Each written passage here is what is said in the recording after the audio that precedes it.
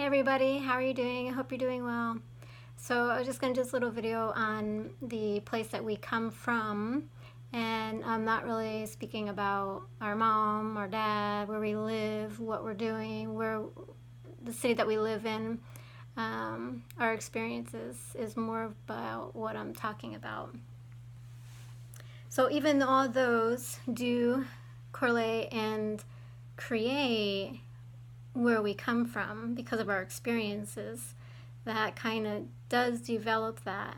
But what I want to talk about is the place that we come from when we're interacting with other people, doing other things, other situations around us. Okay, so if take for example, we're not in a good mood, of course we're not going to come from a good space, and how we act out from that space cannot be maybe a good situation. We might yell, scream, or roll our eyes, or give somebody a bad attitude. So it's important to watch the space that we're coming from when we're engaging with everything, because that does create karma for us down the road, because it's either a beginning of a new cycle, or it's actually a cycle that is coming back around, which is karma ripening. So, and instead of repeating that cycle, we take a look within and see where that stemmed from, so we make a different choice in how we act and respond to another person or place, situation, or thing. So whether it's a new situation, right? You don't want a new cycle to happen, so that way you have to do it again or face it or have that experience reappear in the future. And if it's a ripening karma, you want to do opposites. So knowing where you are coming from, that space that you're in, it's important to be present. So, and that's hard to be present every second of the day, but it's a good practice. So that's kind of where you want to come from when you're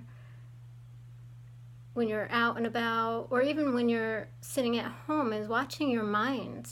What is your mind saying? What is your mind responding to? What space are you in? Where is that coming from? So these are things that you're going to want to take a look at and respond to in a positive way, not a negative way. Okay? And the places that we come from can be of the archetypes. If you haven't heard of the archetypes, which are within our psyche, it's a good thing to learn about, because within the psyche there's the inner child. So inner child wounds. There is the victim. There's the hero.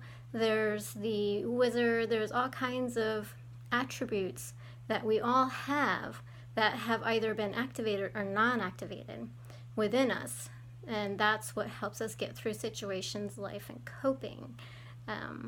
But when we have situations arise, so take for example, as your child, this might be an inner child wound that you were sharing or playing with another child, and there was a situation where maybe you got in trouble because you weren't playing right or sharing right, and you were in the space of, oh, that's mine, that's me, right? So that's ego, that's the inner child, that's that space that we were in a long time ago.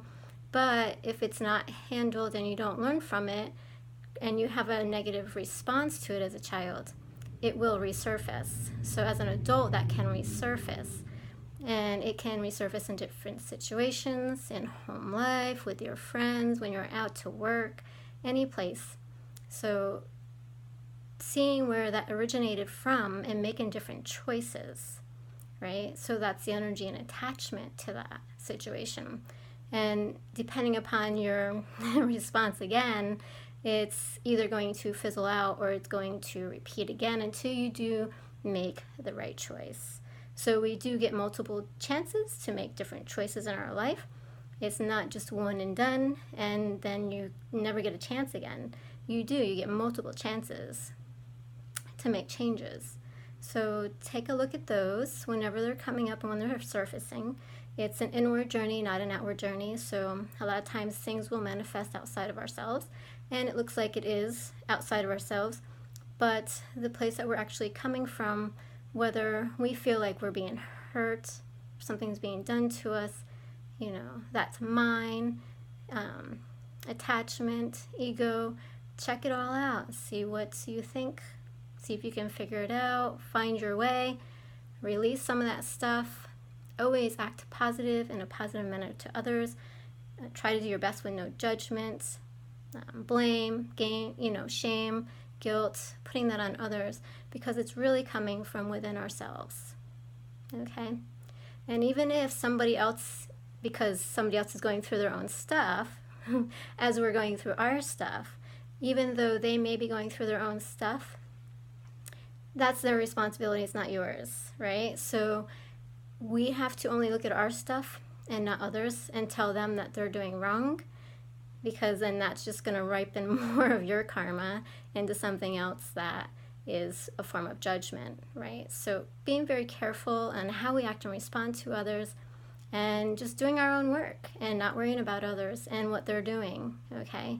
So those situations are very tricky when you are in a situation of like a group, you're at school, you're at work, to not tell somebody that they're doing the wrong thing, right? So you want to get rid of your karma, but you also don't want to create new karma, right? So it's a fine line. And happy journeys.